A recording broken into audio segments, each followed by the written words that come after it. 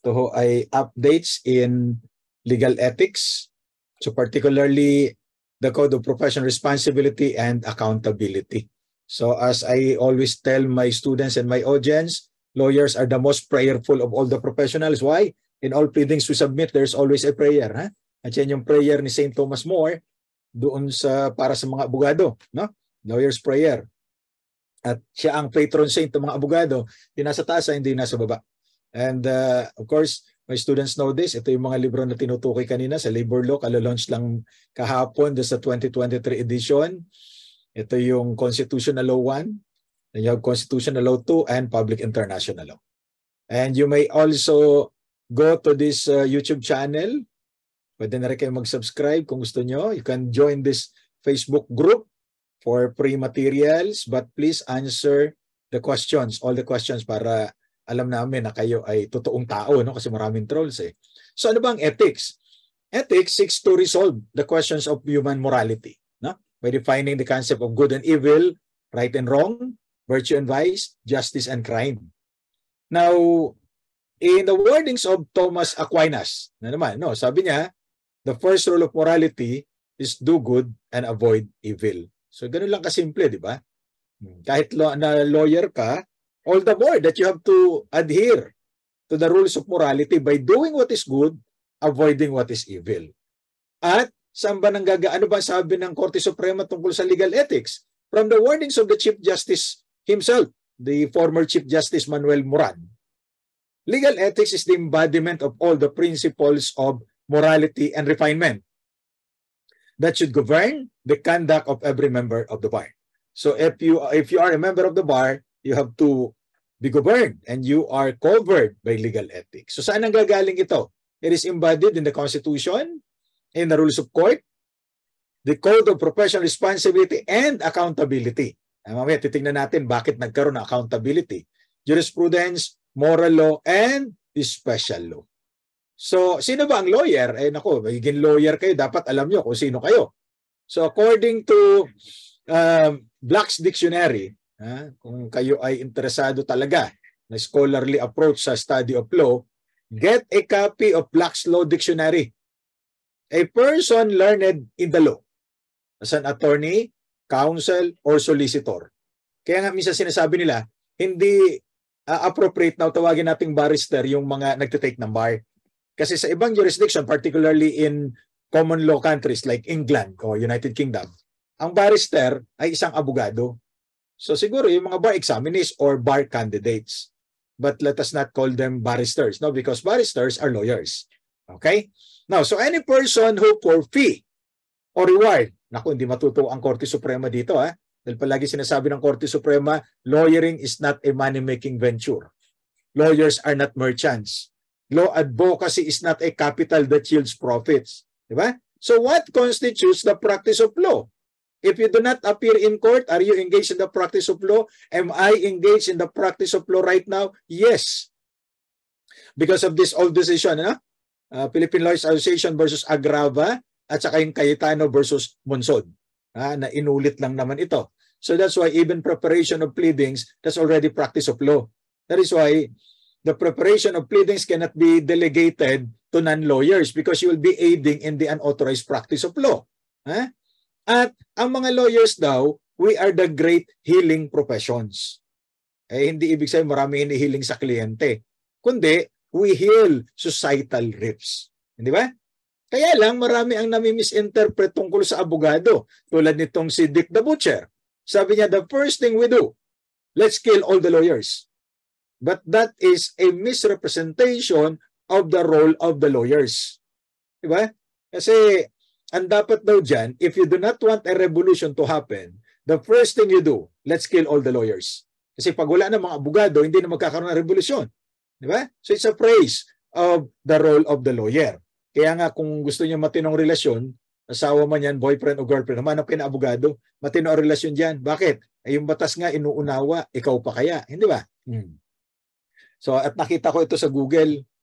Sabi niya, when a lawyer dies, he has to be buried in a standing position. Bakit?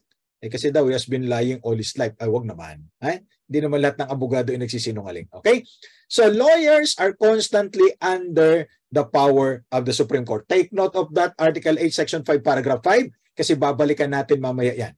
It's the power of the Supreme Court to promulgate rules concerning protection, enforcement, constitutional rights, pleading, practice. So, dyan papasok yung practice of law. Admission to the practice of law. The integrated bar. Di ba? So, yun. Kaya, dahil dito, in exercising its power to regulate the practice of law, the Supreme Court promulgated, number 1, the revised lawyer's oath.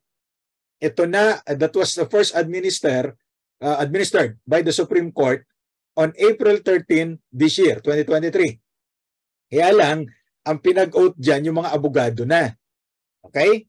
So, hindi naman ibig sabihin na kami mga abogado ay mag-take uli kami ng ganyang oath. Hindi na. Kami ni na Attorney Dumlao, we are no longer required to take that oath dahil nakapag-oath na kami before. So kayo, pag nag-oath kayo, yun ang gagamitin nyo. So yung mga pumasa noong 2022 bar, when they took their oath on May 2, 2023, that was the oath that they have recited. Anong kaibahan nito?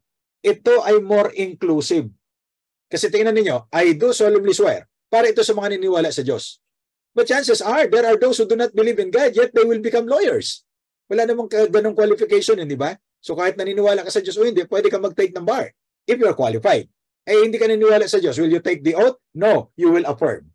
That's the difference between oath and affirmation. So inclusive ito.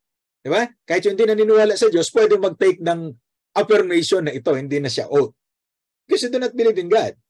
Now, for affirmation, you do not say, so help me God. Because you do not believe in God. Di ba? Ay, yung mga tao din niniwala sa Diyos yung mga taga-Samar Leyte, di ba? Mga waray God daw sila. Joke lang. Waray. Magalit sa atin yung mga yan. Di ba? At saka yung sabi diyan, I shall conscientiously and courageously work for justice as well as safeguard the rights and meaningful freedoms of all persons. Walang problema dyan. Ito ngayon ang bago, identities and communities. Kasi hindi lahat ng tao identified na male or female. There are other identities. So naging inclusive itong oath na ito. Okay? And remember, sabi ng Korte Suprema, all lawyers must bear in mind that their oaths are neither mere words nor empty formality. When they take their oath as lawyers, they dedicate their lives to the pursuit of justice. I-Google ninyo o kaya i-YouTube ninyo yung IBP March. Nandun yan. That we dedicate our lives for justice and truth to triumph. May march na gano'n ang IBP. Kung hindi pa nakakarinig, pakinggan nyo at may encourage lalo kayo na maging abogado to join us in the ranks. So when we took our oath, we accepted the trust, sacred trust, to uphold the laws of the land. Okay? That's why, ang sabi ng Korte Suprema kay Mr. Argosino, the lawyer's oath is not a mere ceremony or formality. Every lawyer must weigh his actions at all times, according to the promises that he made when he took the lawyer's oath. Hindi tayo mga paasa. Okay? Pag nangako ka dahil nag-take ka ng oath, gagawin mo. Because the practice of law is a privilege granted only to those who possess strict intellectual and moral qualifications. Mas mahalaga dyan yung moral qualification. That's why sabi ng Korte Suprema, it mandates that every lawyer must conduct himself according to the best of his or her knowledge and discretion. That's why itong si Attorney Centro, violate niya ang lawyer's oath by doing the following acts. Hindi siya nag-file ng memorandum at sinabi niya sa kliyente na nag-file siya, hindi naman pala. So nagsinungaling. Lawyers don't lie. Number 2, he failed to inform the client, si Portuguese. Hindi Portuguese, huwag niyong i-mispronounce. May desisyon na pala yung artist, hindi niya sinabi sa kliyente. At pangatlo, hindi niya prinoteksyonan yung interest ng kanyang kliyente. At hindi niya in-inform na meron na palang motion for execution. At ang masaklap, nung sinabi ng kliyente, may magagawa pa ho ba tayo? Sabi niya, naku, wala na akong magagawa. That's beyond my power. Okay? Ayan. Therefore, he was reminded that being a lawyer, it is what? Being a member of the bar is a privilege burdened with conditions. So dapat in-inform mo yung kliyente mo para kung hindi mo kaya, nakahanap siya ng ibang abogado. That's why Attorney Centro was suspended from the practice of law for 1 year. Okay? Now, by taking the lawyer's oath, sabi ng Canon 6 of the CPRA, a lawyer becomes a guardian of the law and administrator of justice. As such, he shall observe the highest degree of mental fitness, morality, and faithfully comply with the rules of the legal profession. Because if he failed to do that, he will be sanctioned. Ayan. O 3 years pala yung suspension sa kanya. Okay? So that's why yung CPR 1988 yun. June 1988. The Supreme Court approved and implemented the Code of Professional Responsibility and Accountability. Professional Responsibility. From 1988 to 2023, napakarami nangyari. Lalo na yung nagka-COVID ka, nagkaroon ka ng internet. Dati wala namang internet noong 1988, hindi ba? Baka meron, pero hindi pa natin ginagamit. So, on April 13, 2023, the Supreme Court launched nationwide the new Code of Professional Responsibility and Accountability. Okay? So, Thursday the 13th. April 13 was a Thursday, 2023, yun ang launching nito. So ito ang kabuuan ngayon. Kung ikukumpara natin doon sa CPR, there were 22 canons divided into 4. Yung unang 1, 2, 3, 4, 5, the lawyer and the society. Okay? Hanggang 6 pala. 7, 8, 9, yung the lawyer and the integrated bar or the legal profession. 11, 12, 13, hanggang 10 pala yun. 11, 12, 13, the lawyers and the courts. Then 14, 15, 16, 17, 18, 19, 20, 21, 22. Ang dami. The lawyer and the clients. So yun yung dati. But right now, ito na ang arrangement as you can see on your screens. Canon 1, may preamble muna. Canon 1, independence, 5 sections. Canon 2, propriety. Naku, napakarami. 46 sections. Canon 3, fidelity. 56 sections. Dami, Then, Canon 4, competence and diligence, only 10 sections. Equality, Canon 5, 4 sections. Okay? Then, Canon 6, naku, marami din. Accountability. So dito sa accountability, in-integrate na ng Korte Suprema how is a lawyer disciplined. Kasi dati iba-iba ang sources niyan kasama pa yung rules of court. So ito ngayon, in-integrate na ng Korte Suprema, ano yung mga grounds for suspension, grounds for disbarment, at pag may time tayo, paano sususpindihin, paano ma-restore into practice, paano i-disbar, pwede pa bang maibalik ang lawyer who is already disbarred. So we'll discuss that. Yan ang kabuuan ng Code of Professional Responsibility and Accountability. Downloadable na yan. Ngayon kung hindi nyo ma-download, pumunta kayo dun sa Law Students and Barristers Home.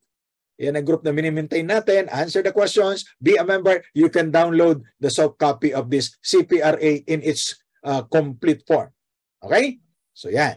So puntahan na natin ang preamble. So napakahaba niyan, ano? So ito naman ay mga general considerations, di ba? Na a lawyer is ideally ethical by personal choice. So hindi talaga gusto ng abogado na maging masama siya. Kaya lang, yung Code of Ethics kailangan natin to govern our actions. And therefore, non-compliance merits sanctions. So sanction nga, suspension or disbarment. So katulad doon itong isang abogado daw na ito, nag-misrepresent. Na may binibenta siyang lupa where in fact, hindi naman pala pinayagan ng may-ari ng lupa na ibenta. And then, nung binayaran na siya ng millions of pesos, na-encash niya by using a fake identification card nung kasabwat niya.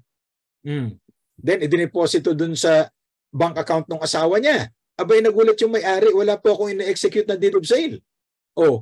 Kaya inireport siya sa IBP, and gusto sana siyang i-disbar. Ang problema, itong abogado pa lang ito, Attorney Caronan, was already disbarred. Ano yun? Ito yun. Noong 2016, dinisbar na siya. Why? Ganito ang istorya niyan. Yung mga hindi pa nakakaalam. Alam niyo na, mga abogado, mga marites yan. Mga marites na attorney, mga maritoni. Okay, mga judges ang marites ang tawag daw, marijo, marites na judge. Okay. Itong si Caronan, magkapatid yan. Patrick at saka Richard. Mas matanda itong si Richard yata, mas matanda. Itong si Patrick at si Richard, sabay na nag-aral, ayoko sanang banggitin, sa University of Makati. Nakatapos ng business administration si Patrick. So may diploma siya. Si Richard hindi. Kung saan nag-aral.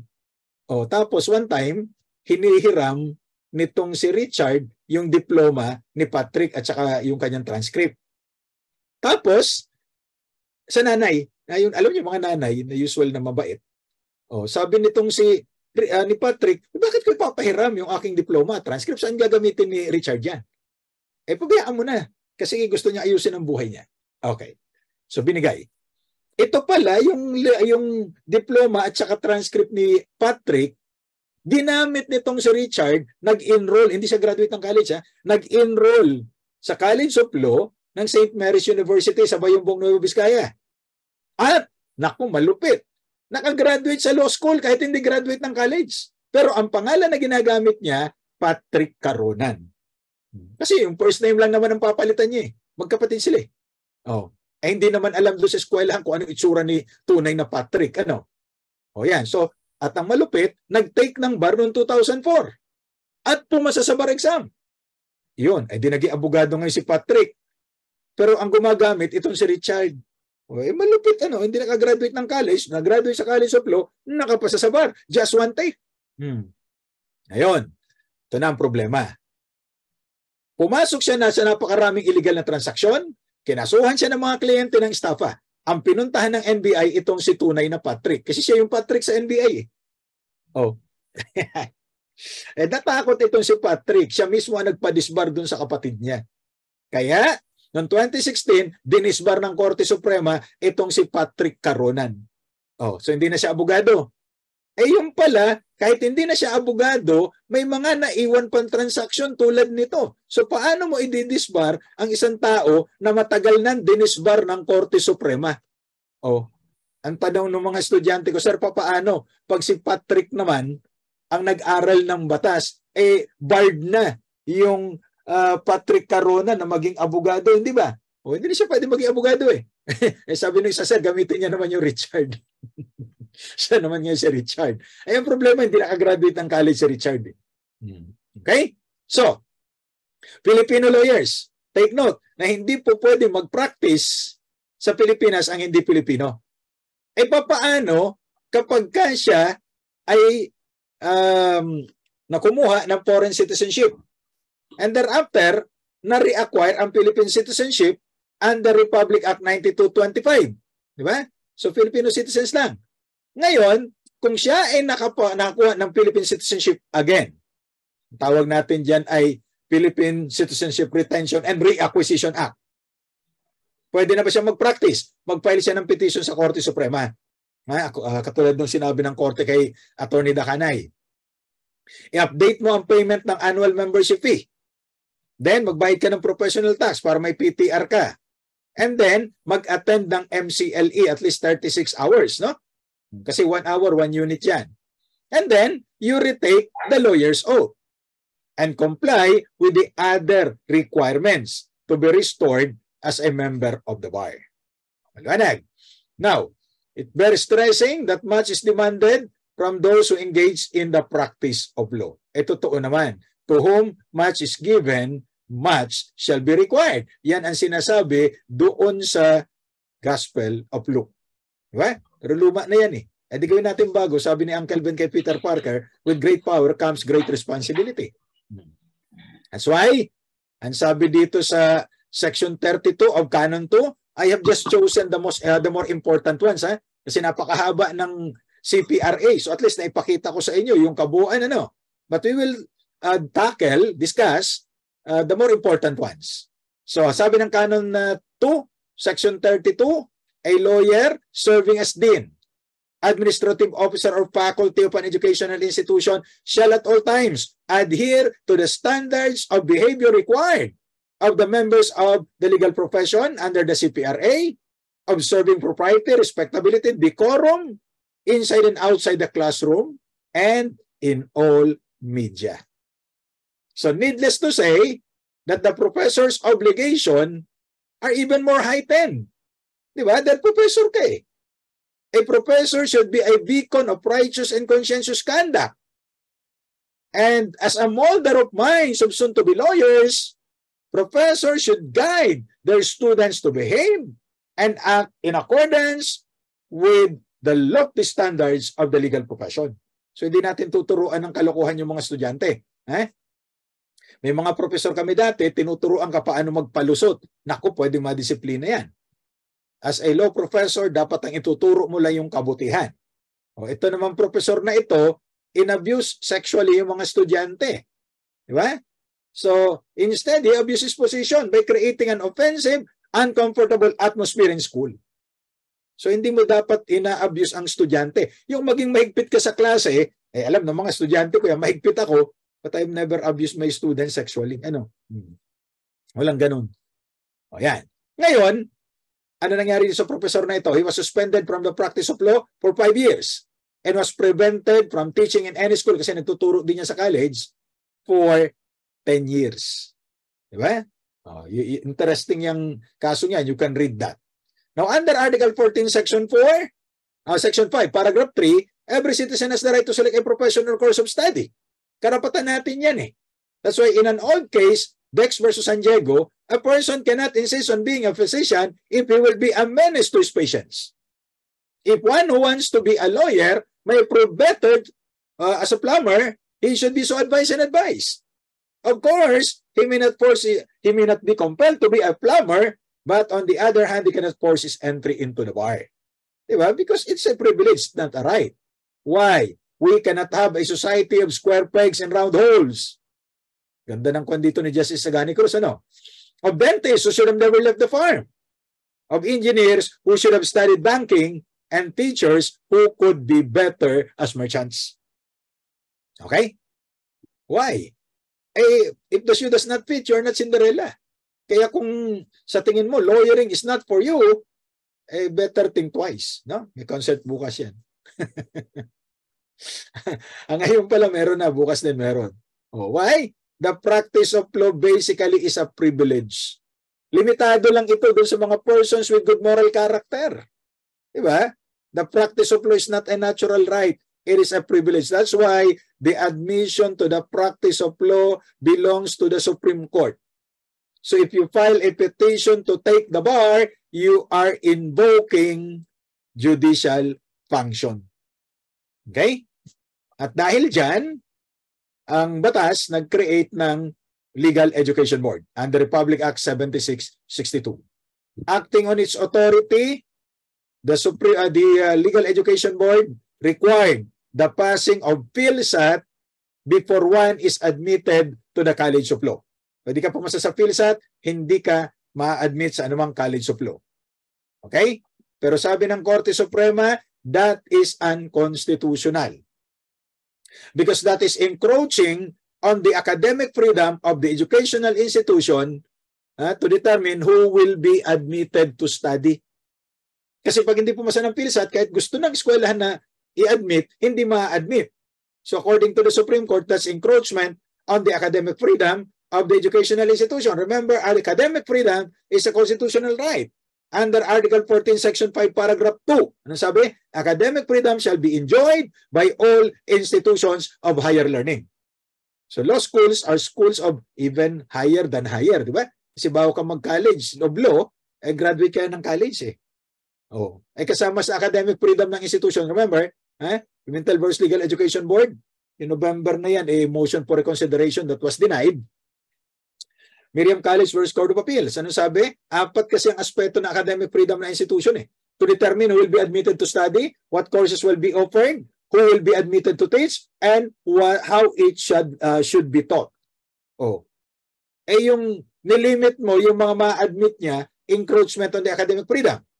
In the same manner, ang Legal Education Board nag-issue ng memorandum requiring all law deans and professors of law na dapat merong master's degree in law or Master of Laws degree, LLM.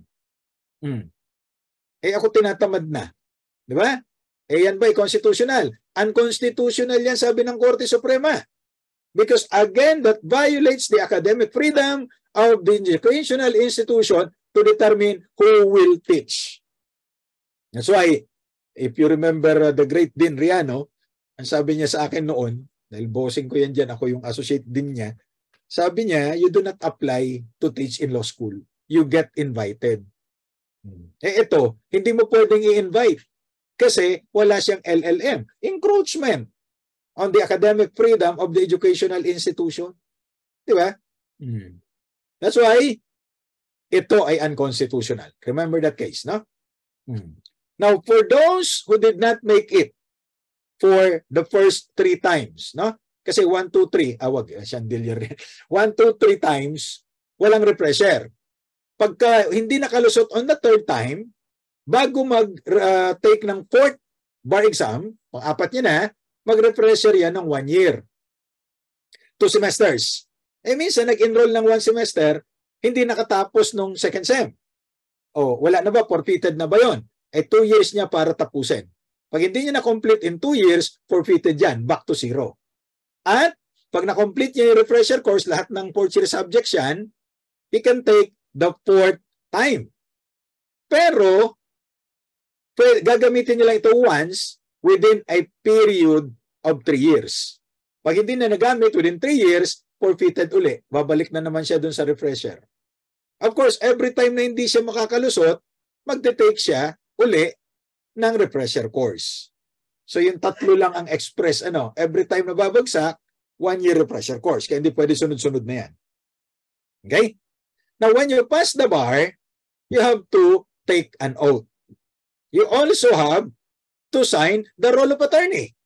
So ito namang abogadong ito, pumasa noong 1979, siyempre nilabas 1980, akala niya raw yung pinapirmahan sa PICC, yun na yung yung roll of attorney. Well, I do not know kung maniniwala kayo dyan. So, after 32 years, noong 2012 lang siya, nag-file ng petition para magkaroon siya ng roll of attorney kasi kailangan mo yung roll number mag-MCL ka. Di ba? Magpa-file ka ng pleadings. Bakit di siya hininga ng roll number? Dati-rati kasi hindi naman hinihingi yan. Ngayon, wala siya maibigay na roll number. So nag-file siya ng petition. The petition was granted, but he was suspended for 1 year. At pinagmulta siya ng 32,000 pesos. So basically, that's 1,000 per year. So na-admit siya after 32 years, pero may 1 year siyang suspension. Hindi siya makapag-practice. Anong ginawa niya for the past 32 years? Well, don't ask me.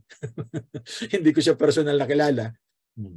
Sino naman ang pwedeng gumamit ng title na attorney? Yung bang hindi po masa sa bar exam, pero nakapasa sa Sharia bar. Pwede ba siyang magpatawag na attorney? Sabi ng Korte Suprema, hindi. The title attorney is reserved only to those who have obtained the necessary degree in the study of law, they have passed the bar, and admitted to the integrated bar. And they remain member in good standing. Okay? So sila lang ang pwedeng tawaging attorney. Paano yung attorney in fact? Attorney in fact at hindi attorney. Okay? But in my class, I prohibit my students from calling me attorney inside my classroom, whether physical or virtual. Why? Hindi ko naman kay kliyente. Diba? Attorney ako to my clients. But ours is not attorney-client relationship. It is student-professor relationship. So you call me sir. Mas madali yung sir kaysa attorney. Mas maganda sa tenga ko yun. But outside my class, bahala kayo. You don't call me. It's all right. Whatever you want to call me, you call me. But please, don't call me baby unless you mean it. Okay. So what about the IBP? IBP is not a public institution. It's not a private institution. It is sui generis. Sui generis public institution. a class of its own. Baka magalit sa atin yung mga jurists, kay sui generis ito eh. Why? It was created by law, PD 189, May 4, 1973. Kaya nung May 4, 2023, that was the 50th founding anniversary of the IBP. Okay? So anong ibig sabihin nito? IBP officers are not public officers. So it goes without saying na yung ating IBP ID ay hindi government-issued ID. Because IBP is not government. Okay? Sui generis. So kaya marami nagtatampo, ba't hindi tinatanggap ang IBP ID as a government-issued ID? Well, that is correct. It's not a government-issued ID because IBP is not a government institution. Sui generis public institution. That is why ang mga opisyal ng IBP ay hindi required mag-file ng SALN because they are not public officers. Lahat ng abogado required na sumali sa IBP. Diba? If you do not want to join the IBP, please do not pass the bar. Okay, sabi ni Attorney Idelion, teka muna, the right to join includes the right not to join. Ayoko sumali sa IBP kasi ayoko magbayad ng membership fee. Abay, kailangan mo sumali because you are not compelled to join a group in which when you pass the bar, you automatically become a member. Hindi ka naman required na mag-attend ng mga meetings kung ayaw mo. Diba? Hindi ka required na mag-participate. Ang kailangan lang, magbayad ka. Diba? Magbayad ka ng membership fee mo. Okay? Now, eto na. Dahil membership fee ang pinag-uusapan, Canon 3, Section 25, prompt payment of membership dues. Kasama pa dyan sa pineapple juice o guava juice, mango juice. Hindi. IBP membership dues. Diba? Prompt payment. Kailan yan? Every January, nagbabayad kayo niyan, first week of January. Kasi yung inyong IBP number dun sa resibo, yun ang ilalagay nyo doon sa inyong mga pleadings. Diba? Roll number, IBP number, PTR number, kasama lahat yan. So magkano ang babayaran? Naku, dati-rati 1,000 lang yan. Starting 2018, naging 2,000. May lifetime membership fee, 25,000, dati 12,500. Kaya lang, hindi ka pwedeng mag-lifetime unless you are a member in good standing for at least 10 years. Dati, after passing the bar, pwede ka mag-lifetime. But right now, no more. Mag-antay ka ng 10 years. At mag-attend ka ng 5 national or regional convention or combination. Kasi yung national convention, once every other year yan. Once every 2 years. So makakalima ka talaga.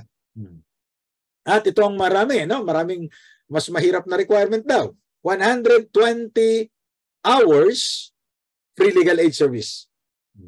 Okay? So yan ang mga requirements para maging lifetime member. And there is a plan to increase the membership fee by next year. Gagawin ng 4,000. Kasi wala nang magla-lifetime ngayon, di ba? Unless yung mga dati na hindi nakapag-lifetime. Pero ang doon sa mga bago, 2028 na yan. Okay? Kasi meron pang hindi nagla-lifetime eh. Now, pagka naging senior citizen ba, exempted? Ay, hindi Kahit senior citizen, nagbabayad ng IBP membership fee. Now, then, a lawyer must not encroach on the business of another lawyer. Do not steal another lawyer's client. Di ba? Kaya lang, we have to treat each other as brothers and sisters, siguro, no? Because the camaraderie among lawyers is not proof of conspiracy, but a sign of brotherhood. That is our duty. Kahit magkaaway yung mga kliyente nyo, huwag kayong mag-away. Walang personalan yan. Trabaho lang. Pareho naman kayo kumita eh. Now, what about Bara 3? Ang duty kasi ng lawyer, di ba sabi natin kanina, is a great healing profession. So, according to Black's Law Dictionary, Bara 3 is the offense of frequently exciting and stirring up quarrels. So, pinag-aaway mo yung mga tao. Huwag ganun. Di ba? Ayan. So, Bara 3 is a crime involving moral turpitude. Therefore, a lawyer can be disciplined for committing the crime of Bara 3. Hindi ito yung tumatawad ng tumatawad. Barat yun. Okay. Now, a lawyer shall not knowingly engage in forum shopping. So, in the case of Villanueva versus Alintahan, ang sabi dito ng Korte Suprema, Yeah, yung kung ma-aprobahan, wala pa namang approval ang Korte Suprema. Kung ma-approve ng Korte Suprema, baka maging 4,000 na next year, starting January 2024. Kasi yun yung proposal ng ng IBP. Tapos, pag na-aprobahan ng Supreme Court yan, kasi subject to the approval naman ng Supreme Court. Pag inaprobahan ito ng Supreme Court, yung membership, lifetime membership fee, magiging 50,000 na. So, ganun kamahal. Okay? So, forum shopping exists as a result of an adverse decision in one forum, and then pumunta ka sa another forum, other than appeal or certiorari. Ibig sabihin, namamangka ka sa maraming ilog, bawal yun. So sabi ng Korte Suprema, ano ang elemento ng forum shopping? Nag-file ka ng mahigit sa isang complaint or case na pare-pareho naman yung parties. Or they represent the same interest in both actions. Pangalawa, pareho ng cause of action or identity of rights. And the same reliefs being sought. Iyan ang mga elemento ng forum shopping. Kaya nga, pagka nag-file kayo ng pleading, lagi naka-attach, di ba? Certification and verification at saka certification against forum shopping. Nakatanggap ako minsan ng pleading, ang nakalagay, certification against non-forum shopping. Edi may forum shopping yun. Kasi double negative, hindi ba? So lawyers should be reminded na hindi kayo dapat mag-engage in forum shopping kasi meron ng directive ang Korte Suprema that forum shopping can either be direct or indirect contempt, as it is a violation of Administrative Circular number 04-94 noong 1994. Okay? So itong si Attorney Alintahan, by engaging in forum shopping, by filing multiple suits against the same defendant, he was suspended from the practice of law for 3 months. Okay? And then, you have, bago ito, no? Ito ang isa sa mga modern features of the CPRA, the responsible use of social media. Okay. So alam natin na, ano bang mga social media, nakikita nyo sa inyong screen. You have Facebook, you have YouTube, pero ba tayong gumagamit ito ng Flickr? LinkedIn sa Amerika, marami yan. Yung Twitter, wala nang Twitter eh. Mas gusto ni Elon Musk pala, yung X. Ayan. So dapat, gamitin natin ang social media responsibly. Pati yung mga online post natin. It should uphold the dignity of the legal profession. Okay? Now, pagka nag-post ka ng mga false or unverified statement, you can be held liable. Diba? Kaya mga posting natin, dapat may reliable source kung wala tayong personal knowledge. Okay? That's why, ang sabi dito ng Korte Suprema, itong abogado na ito from South Cotabato, nag-lecture ako dun sa MCLE ng South Cotabato nung Friday, dun sa General Santos. Naku, parang ayoko i-discuss, kaya lang, wala tayong magagawa eh. Taga ron siya, pero ito yan. Sa kanyang Facebook account, siniraan niya itong si Lindale, itong si Lau, no? Si Miss Lau. Bakit? Sabi niya, corrupt daw ito kasi siya ang chairperson ng Bids and Awards Committee. So, siyempre, Bids and Awards, may mga lagayan daw, and so on. Besmirching the reputation of this person. So sabi ng Korte Suprema, as a rule, only substantial evidence is required to warrant the disciplinary or administrative sanction against lawyers. So substantial evidence. Yan ang quantum of proof in disciplinary cases. So, as a member of the bar, etong si Attorney Kausing, alam niya na ang Facebook ay hindi proper forum. Saan bang proper forum? Di sana dinala mo sa ombudsman. Di ba? Nag-file din siya ng kaso sa ombudsman nung pinaila na siya ng reklamo. Diba? Well, yung posting daw niya regarding plunder, was motivated by desire to damage the reputation of the respondents, yung si Lau. In fact, it was posted precisely to elicit negative reactions and comments. Kasi dami nag-comment eh. Therefore, itong si Attorney Causing was disbarred from the practice of law. Responsible use of social media. May warning yan si Justice Leonen, di ba? Later on, baka makita natin. Now, ito yung Section 39. Marami ang sections dito, no? Na kapag ka ikaw ay gumagawa ng fraudulent account, ang presumption ay panluloko yan. Okay? And then, yung mga privileged information of the clients, huwag mong ilalabas sa media. Huwag mo ilalabas sa Facebook mo. Naku, marami yan. So, ano sabi ni Justice Leonen? Again, a reminder to all lawyers. Your duty to keep attorney-client privilege is absolute. You cannot post in social media or anywhere. Any portion, ha? Kasi yung iba, binablur lang or nire-redact yung mga pangalan. Pero yung content ng message ng kliyente o yung decision ng Korte Suprema, ipinopost sa kanilang social media. Ano sabi ni Justice Leonen? Ito po, ha? Ayan. Bragging is not good lawyering. Bakit kailangan mo i-post yan? Para malaman na lagi kang panalo? Diba? May kilala pa nga ako, nakita ko dun sa Facebook niya, ang nakalagay, 3 wins, 0 losses. Aba, ang galing. Bragging yan, di ba? Ngayon, hindi ka rin dapat mang-impluensya ng mga tao sa pamamagitan ng iyong social media. Ayan. At pag nagbigay ka ng legal advice, make sure na ito ay general information lamang. Halimbawa, may nagtanong sa akin, ito pinost ko sa isang kwan, naging marami naggumaya. May nagtanong, okay lang, matagal po ba magpa-anal as in ANAL kung kasal kami sa West? WEST. Nako. Actual na tanong ito, pero pagka nagbigay ka ng sagot dyan, you do not create attorney-client relationship.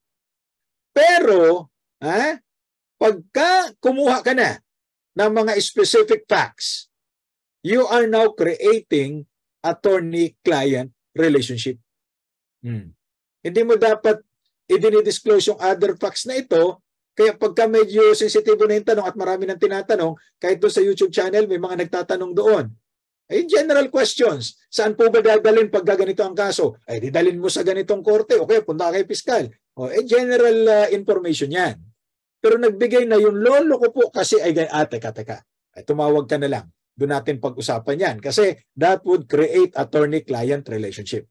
Tingnan ninyo ito, annulment and deletion of marriage. Naku po, yung papatulan yan. At may law office yan. Ayan, annulment and deletion of marriage. Ano yung deletion? Yung record daw dun sa PSA, buburahin. Ano yan? Nabubura ng manual? Di ba? That's a problem. Now, bago pa mag-take effect ang CPRA, there was already a lawyer who was suspended. This Bello versus Guevara. Kasi apparently, itong si doktora ay may pasyente na hindi nagustuhan yung butt augmentation surgery. Okay? So ngayon, ang ginawa nitong kliyente, idinimanda yung doktora at in-engage ang serbisyo nitong si attorney. Ay na-dismiss yung kaso. So yung sobrang sama ng loob nitong si attorney, yung mga rantings niya, inilagay niya sa kanyang Facebook. Basahin niyo kung ano mga inilagay. And you read that case. At ito, mga simple pa yan, pinili ko lang. Mas matitindi pa dyan yung iba. Okay, di siyempre, kinasuhan siya. Ano ang kanyang depensa? Private to yung aking post. At ang nakakakita lang nito ay yung mga friends ko na hindi nga lumalagpas ng 2,000. Ang surami palang friends ko. Ayan. So sabi ng Korte Suprema, in-examine namin yung records ng kaso at tama na dapat i-impose siya ng penalty. Why? Kasi Facebook is the most popular social media site. Having surpassed the 1 billion registered accounts. At may gumagamit yung iba, walang account, pero gumagamit din sa pamagitan ng Messenger. Ayan. Therefore, restricting the privacy of one's Facebook post to friends does not guarantee absolute protection. Diba? Kasi mababasa at mababasa yan eh. So nung gumamit ka ng mga obscene, inappropriate language and you publicly insulted the complainant, you can be sanctioned. That's why the lawyer was suspended from the practice of law for 1 year. Okay? So suspension, disbarment, yan ang mga penalties. Ano? Now, ito yung warning ng Korte Suprema all over the news. Supreme Court lawyers, don't date your clients. Naku po. Nandun yan sa Section 16, Canon 3. Fidelity pa rin. A lawyer shall not have dating, romantic, or sexual relations with a client during the engagement. Siguro after, pwede na. Joke lang. Unless the consensual relationship existed between them before the attorney-client relationship commence. So kaya pag kami kliyenteng pupunta sa inyo, tanungin nyo, ano ba ang gusto mo? Kikliyentehin o jojowain? Kasi pag kiniliyente mo, hindi mo pwedeng jowain. Pero pag ginawa mo, pwede mong kliyentehin. Kaya lang lugi ka na, libre na yun. Jowa mo na eh. Sisingilin mo. O di ba? O kaya mamili ka. Kikliyentehin o jojowain? Naku, baka may mga problema ako dito sa bahay. Okay. Why? Ang sabi ng Korte Suprema, Cuangco versus Palma, ito, ang ginawa naman itong abogadong ito, yung anak ng kliyente niya. Naku po, patay tayo dyan. Okay? Nalo ko na. At the outset, it must be stressed that the law profession does not prescribe a dichotomy of standards among the members. There is no distinction as to whether the transgression is committed in the lawyer's professional or private capacity. So once a lawyer, always a lawyer. Di ba? Hindi po pwedeng sabihin, ay yung pagkakamali ko na yun as a private person, hindi as a lawyer. Ay, hindi daw pwede yun eh. Why? This is because the lawyer may not divide his personality to be a lawyer at one time and a mere citizen at another. Hindi pwede yun. So it's a continuing offense to be a lawyer. Once you are a lawyer, you are always a lawyer even if you are drinking, eating, sleeping, or walking. Diba? Katulad ni Mark Murdoch, yung nakita nyo dyan sa inyong screen. Lawyer by day, crusader by night, at superhero ng Avengers. Ano? Masarap siguro yun. At lalo na sabi ng Korte Suprema, respondent's culpability is aggravated. Why? Yung anak ni Mr. Cuangco, si Lisa, 22 years old lang. At undergoing psychological treatment for emotional immaturity. So she was an easy prey. Kaya itong si Atty. Palma na disbar. Bakit? Hindi naman dahil ginawa niya, kundi pinakasalan niya despite the fact na may asawa siya at kasal siya. So bigamous marriage. Nako, mag-ingat. Like yung nasabi sa mga estudyante ko, lalo sa Baste, sa legal ethics, dalawa lang kinakadisbar ng abogado. Para nagsisimula sa letter P, pera o puri. Ito, puri ito, no? Now, a lawyer shall not represent conflicting interest. Di ba? May mga, may mga exception. Now, kailan ba nagkakaroon ng conflict of interest? There is conflict of interest when a lawyer represents inconsistent interest. Kaya nga conflict eh. Ano ba ang test? The test is whether or not, in behalf of one client mo si A, idinidepensa mo. But it is your duty to oppose A because you are representing B. A natural conflict of interest yan. Simply put, in determining whether a lawyer is guilty of violating the rules of conflict of interest, it is essential to determine whether, number one, it is the duty bound to fight for an issue or claim in behalf of one client. And at the same time, oppose that claim for another client. O di ba parang naglalagari ka? Ang tawag nila lagaring hapon, baliktaran.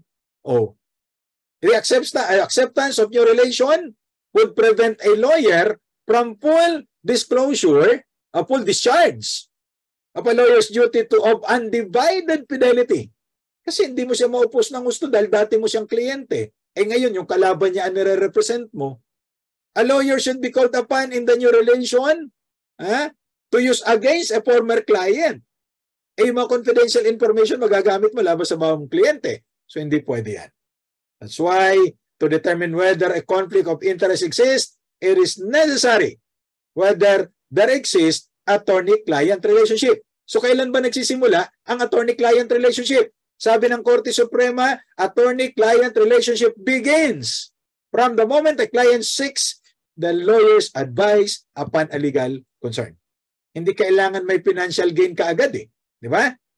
Consultation on transaction or other legal concerns. From the moment na nagkaroon kayo ng consultation, the lawyer is bound to respect the relationship and maintain the trust and confidence. Kaya hindi mo pwedeng i-represent yung kalaban mo. Tinanong ito sa legal ethics, di ba? Abogado siya nitong si lalaki, tapos nung magkaroon ng nullity of marriage, abogado naman yung lawyer nung babae. Pero may ruling ang Korte Suprema dyan. Magkaiba namang kasing transaction, so there might not be any conflict of interest at all. So pwede niyang i-represent. Okay? Itong lawyer na ito na may conflict of interest was suspended for 2 years with a warning. So bakit babawal ang conflict of interest? Number one, the law seeks to assure the client that their lawyers will represent them with undivided loyalty. Kasi kung dati mong kliyente yung kalaban ko, baka may loyalty ka pa rin doon. Diba? So paano makukuha yung tiwala? Number two, the prohibition against conflict of interest seeks to enhance the effectiveness of legal representation. Kasi kung dati mo siyang kliyente, paano mo siya ma-oppose with vigor? May pinagsamahan kayo Diba? Kaya wag mong didemanda yung ex mo. May pinagsamahan kayo. And then, the client has a legal right to have the lawyer safeguard confidential information. Attorney-client privilege communication rule. Paano may safeguard dyan kung lalabanan mo yung dati mong kliyente? Diba? And fourth, conflict rules help ensure that lawyers will not exploit clients. Bakit? Nako, pag hindi mo binigay ang gusto ko, i-reveal ko yan dun sa bago kong kliyente. Diba? Bawal yan. And finally, some conflict of interest rules protect interest of the legal system in obtaining adequate presentations to tribunals. So kung wala itong mga rules na ito, the lawyer might appear on both sides, the prosecutor and defense counsel at the same time. And that is not good for the legal profession. Now, even after the termination of the attorney-client relationship, that does not justify a lawyer to represent an interest adverse to or in conflict with that of a former client. So, i-reveal mo at kailangan mo ng written consent ng both parties. Okay? So, eto na ang isa pang controversial issue. The Public Attorney's Office is the primary legal aid service of the government. Tama naman yan. In pursuit of its mandate, kailangan i-represent niya ang mga marginalized clients who are unassisted by counsel. Kasi wala sila ibang pupuntahan Ngayon, a conflict of interest of any of the lawyers of PAO incidental to their services. Saan ang conflict? Doon lang sa handling lawyer at yung kanyang direct supervisor. Diba? Hindi yung, kasi ang gusto ni Attorney Acosta, banggitin na natin, nakalagay naman dyan. Ito yung nakalagay sa sulat niya, na ang buong Public Attorney's Office ay isang law firm. Kaya, pag halimbawa, marami kami experience niyan dyan sa Sebastian Office of Legal Aid nung ako pa ay supervising lawyer at naging director ng SOLA, Sebastian Office of Legal Aid. Maraming mga referrals ang PAO sa amin na mga akusado. For example, yung naalala ko dyan, Bausi. I forgot the name. Pero Bausi ito. Galing siya sa PAO, Manila. Hindi siya mai-represent kasi yung partner niya dati, live-in partner, tinulungan ng PAO na gumawa ng complaint affidavit para i-file sa piskal. So hindi na raw siya pwedeng i-represent kasi may conflict of interest na. Yan. Ito yung sinasabi dito. Kung ibang lawyer naman ang nag-handle pero PAO lawyer, paano magkakaroon ng conflict of interest? Magkaiba naman yan. Ang teorya ng Public Attorney's Office headed by Attorney Acosta, iisa lang silang Public Attorney's Office. So ano ngayon ang ginawa ng ni Attorney Acosta? Sumulat siya sa Korte Suprema para i-delete itong Section 22. Kasi detrimental daw ito, hindi dapat pag-away-awayin ang mga PAW lawyers. Yun naman ang teorya niya. Sabi ng Korte Suprema, denied. Okay? In a case released recently, but it was decided July 11, 2023, sabi ng Korte Suprema, in the exercise of the powers granted to it by the above quoted provision of the Constitution, ito yung Article 8, Section 5, Paragraph 5, nag-create ang Korte Suprema ng CPR. And more than 30 years later, ginawa naman yung CPRA based on that same power under the Constitution. Now, contrary to Attorney Acosta's claim, the court was exercising constitutionally vested power nang ma-promulgate ang CPRA. Okay? Now, in truth, comparing the PAW to a private law firm readily debunks Attorney Acosta's claim. Hindi kapareho ng private law firm ang PAW. First and foremost, according to the Supreme Court, wala nang mauuna pa dyan. First na, foremost pa. The PAW is created by law. Republic Act 9406. Private law firms are established by agreement of the partners comprising the law firm. Totoo naman.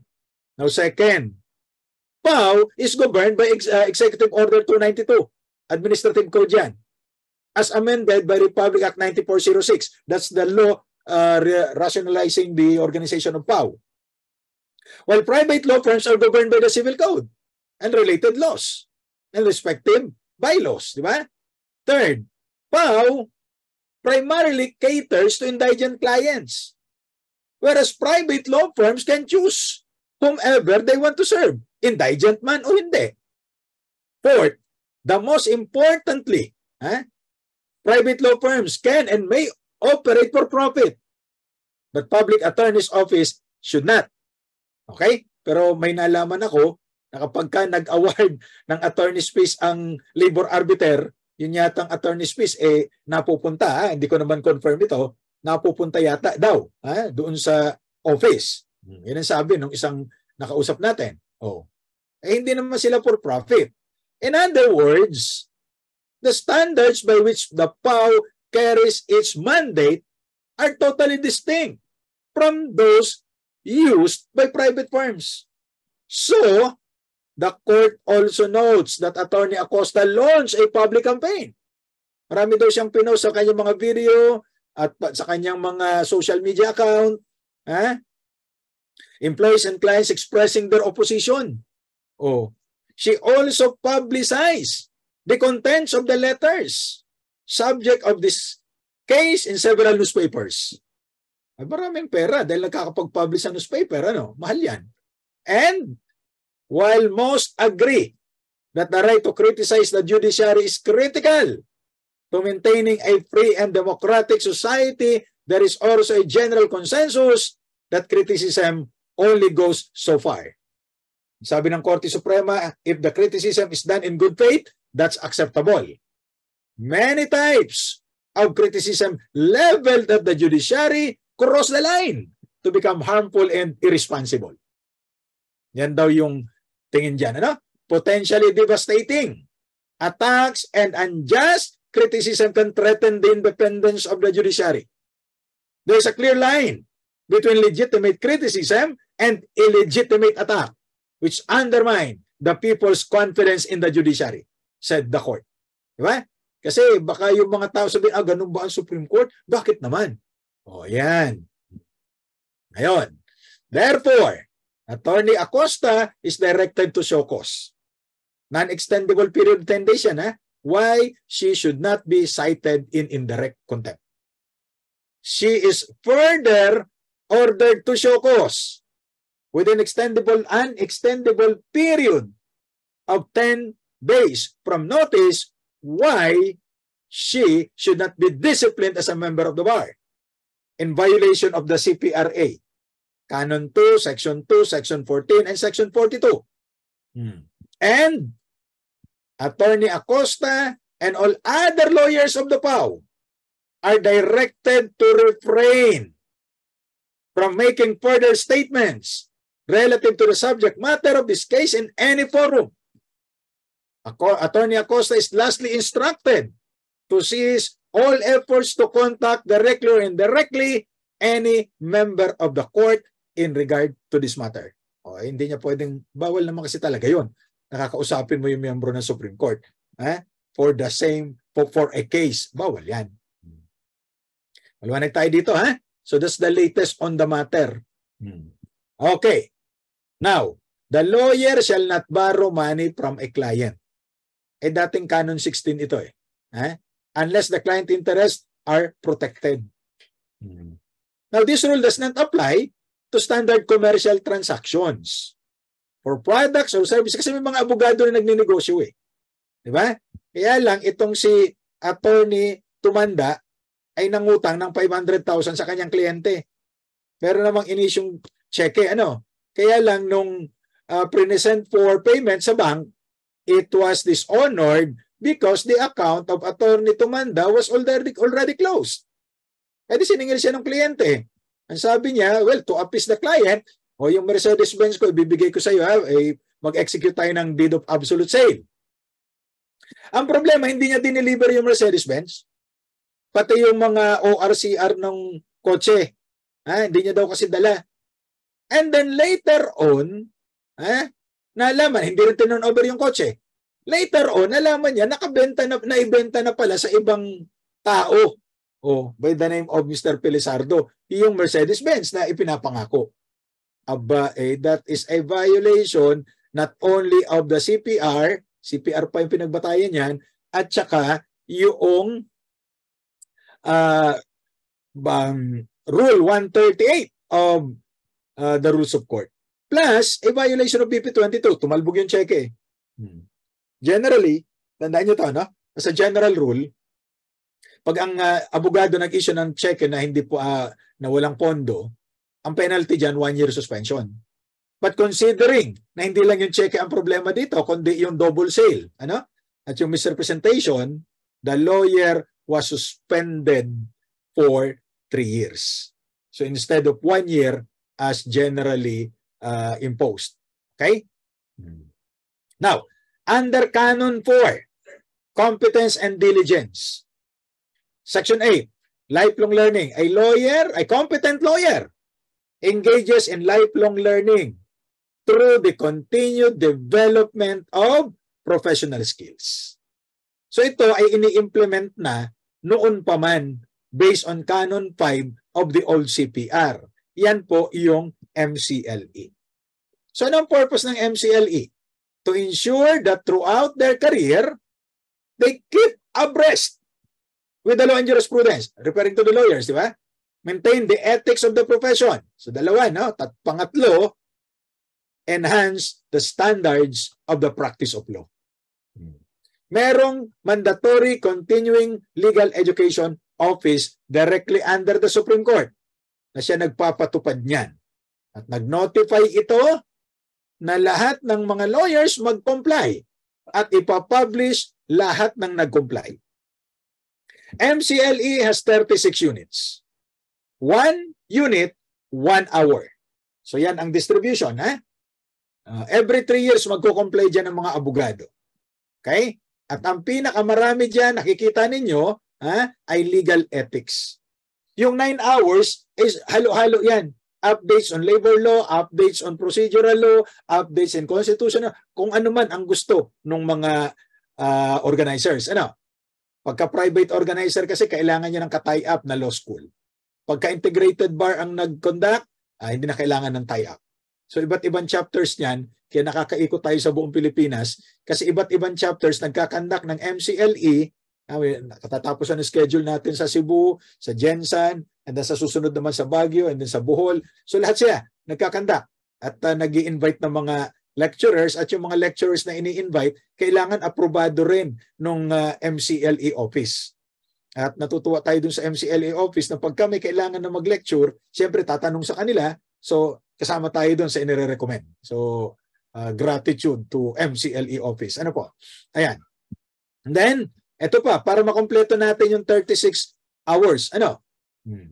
Legal writing, oral advocacy, international convention, plus 6 hours. Ayan. So, kailangan mag-comply ang abogado within 3 years. Ayan, mag-fill up ng form. Nakikita ninyo sa inyong screen. Under oath yan, notaryado yan. Ito yung compliance periods. So, ako sinasabi sa mga abogado sa MCLE, pagka nakatanggap kayo ng pleading at nakalagay sa MCL compliance or exemption number, ay compliance number 6, i-report nyo na sa korte. Kasi ang tinatanggap na lang ngayon, either compliance number 7 or number 8. Yung number 8, kunyan, advanced na, no? Pero yung compliance nung number 7 up to 2022, pero in-extend ito kasi nga nag-COVID. Although pinapayagan na ng Korte Suprema yung online MCLE. Okay? Kaya lang siyempre, alam nyo, may mga tao na hindi rin nila gusto yung online. Mas gusto yung iba yung face-to-face. So kaya minsan, merong online, may face-to-face. So pareho tayong na-invite dyan. Ano? In fact, ang San Sebastian, meron tayong lisensya para mag-conduct ng MCLE. So if the College of Law ay gustong mag-conduct, Attorney Aris, pwede niyong halukayan kay Miss Shirley yung lisensya ng BASTE para mag-conduct ng MCLE. Nakapag-conduct tayo dyan during my time, isang beses lang. Yun. So pwede niyong hanapin yung lisensya natin, pwede nating maipa-revive yan so that we can also conduct our MCLE. Okay? So may mga exempted dito, no? Yung President, Vice President, of course, ang Presidente natin, hindi man abogado, natural, hindi mag-MCLE yan. Okay? Senators and members of the House, bakit? They're not engaged in the private practice of law. And then, itong Chief Justice, syempre, Associate Justices, and all the members of the Judiciary. Pati na sa PhilJA. Okay? Exempted din ito mga Chief State Counsel, Chief State Prosecutor, Solgen, Assistant Solgen, GOs o OGCC, Government Corporate Council, ano? Then the chairman and members of the constitutional commissions under Article 9. Hindi kasama dyan yung Commission on Human Rights at saka yung iba pa, hindi kasali yun. And then, ayan. So, heads of government agencies, katulad ng NLRC, ano? Ayan. Incumbent deans, bar reviewers, and professors of law who have teaching experience for at least 10 years. Ito, yung teaching na ito, 10 years sa law school. Kaya ako, nagpapacertify ako from San Sebastian that I've been teaching since 2005. So, basta tuloy-tuloy yung teaching mo, ilalagay mo lang. Kasi masyado silang specific. Ilalagay lahat ng subjects na tinuro mo every sem, every summer term. So, para makita nila na continuous. At least 1 unit, okay na yan. Kaya nung nandyan pa ako sa Baste, may mga kilala akong congressman na nagpapabigay na, nangihingi ng kahit na 1 unit lang daw. Bakit? Exempted sila during their term. Pero pag hindi na sila incumbent, required na sila eh. Ay kung nagtuturo sila at the same time na congressman o senador, o edi tuloy-tuloy, exempted sila. So whether you're compliant or exempted, you are issued a certificate of exemption or certificate of compliance. Okay? Now, exempted din itong mga ito. Governors and mayors are also exempted. Vice governors, vice mayors are not exempted because they may engage in limited practice of law. Okay? Yan. Now, yung mga hindi na nagpa-practice, pero dahil nga ipapublish na ng MCLE office, yung pangalan ng mga compliant, ang advice ko dun sa mga senior lawyers na ayaw na mag-practice, magpaalam kayo, sumulat kayo sa MCLE office that you are no longer practicing so para hindi na ilagay yung mga pangalan ninyo sa hindi nagko-comply. O yan. But make sure na hindi kayo nagpa-practice, ha? At yung mga nag-retired. Now, pagka hindi ka nakapag-comply within the 3-year period, okay? Nag-end, halimbawa, noong April 14, 2023, dahil in-extend, tapos na yung 60-day period. May multa na rin ito. Kahit may multa, pag hindi ka nakakomply on time, bibigyan ka ng 60 days grace period. Pag hindi ka pa rin nag-comply, dilista ka na as delinquent member, and that can be subject of disciplinary sanction. Now, under Bar Matter 1922, lahat ng lawyers kailangan naming ilagay ang aming MCLE compliance or exemption number doon sa pleading. Pag hindi nilagay yan at ito'y initiatory pleading, dismiss yan. Pag ito ay subsequent pleading, expunge from the records. Marami nagreklamo dyan. Why? Pag ako ay layman, kumuha ako ng abogado, alam ko ba na MCLE kailangan niya? It's not my problem. That's the problem of the lawyer. Okay? So kaya, ang ginawa ng Korte Suprema, Bar Matter 1992, inamyandahan ito.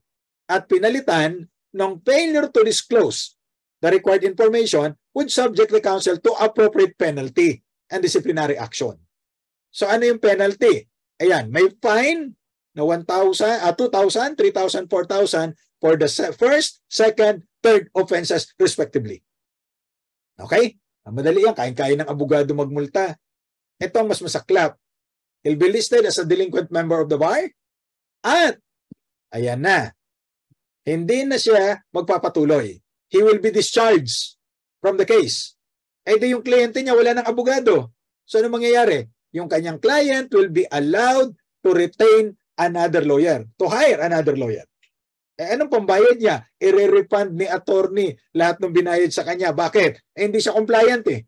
In one MCLE lecture, ang tanong sa akin ng isang abogado, hindi ba natin pwedeng i-apply yung principle of quantum meruit as much as it deserves?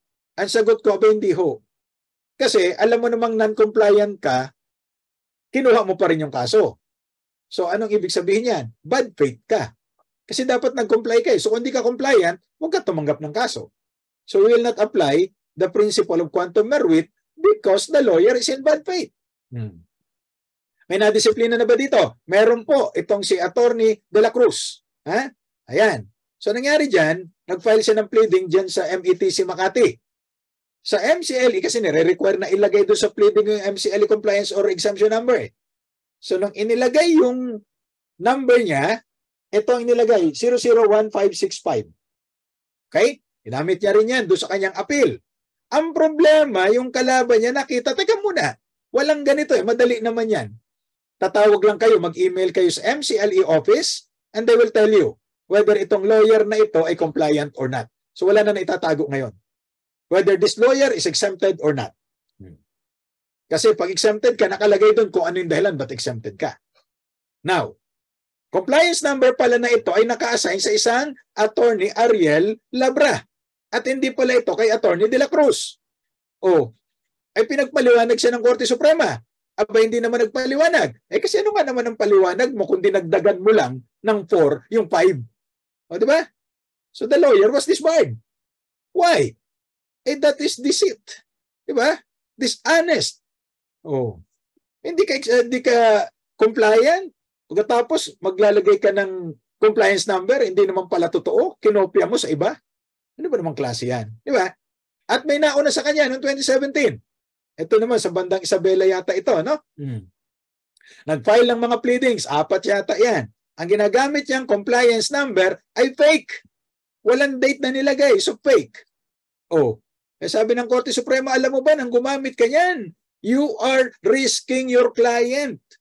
Di ba? It will produce no illegal effect.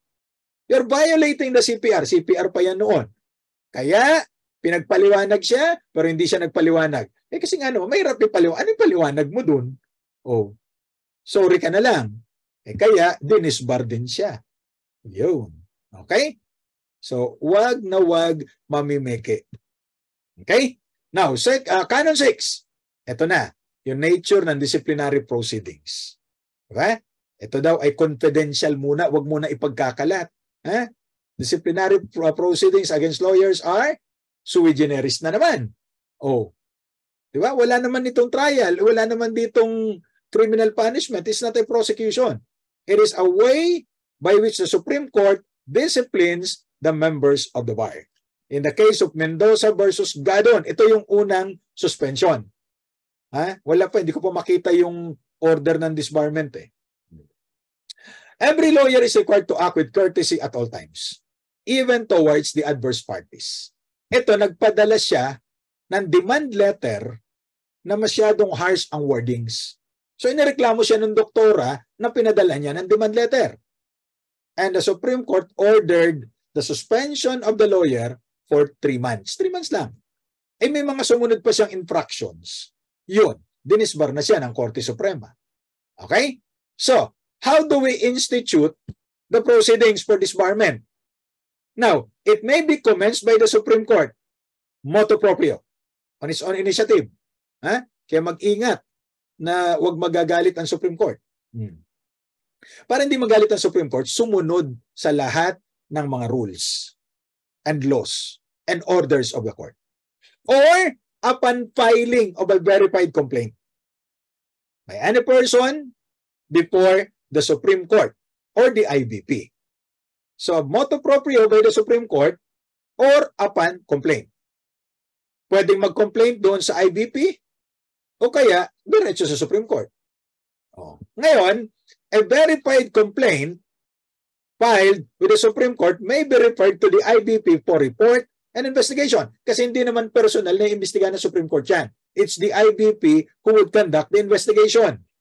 Now, kapag ka ang inireklamo for discipline, or disbarment, ay mga justices of the Court of Appeals, sa Digambayan, CTA, judges of the lower courts, or lawyers in the judicial service, mga court lawyers.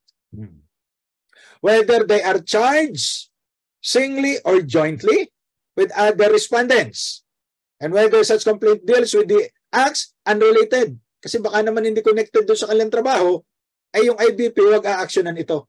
At ipo-forward ito sa Supreme Court.